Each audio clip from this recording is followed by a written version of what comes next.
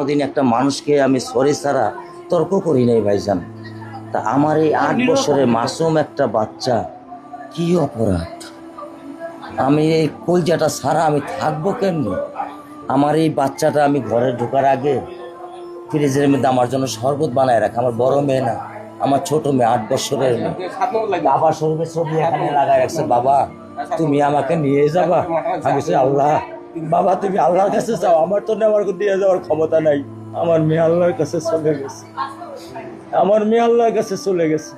আমার মাসুম এই বাচ্চাটা কি অপরাধ করছে নির্মম ভাবে আমার বাচ্চাটাকে হত্যা করলো? কি আমার ক্ষতি, কি আমার অন্যায়, কি আমার দোষ? আমি একটু জানতে চাই আপনাদের কাছে।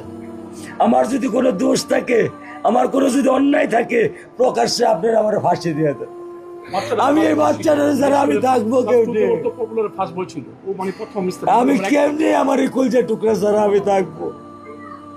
আমার পক্ষে সম্ভব না। দিনে ও 50 থেকে 100টা কল দেয় আমারে,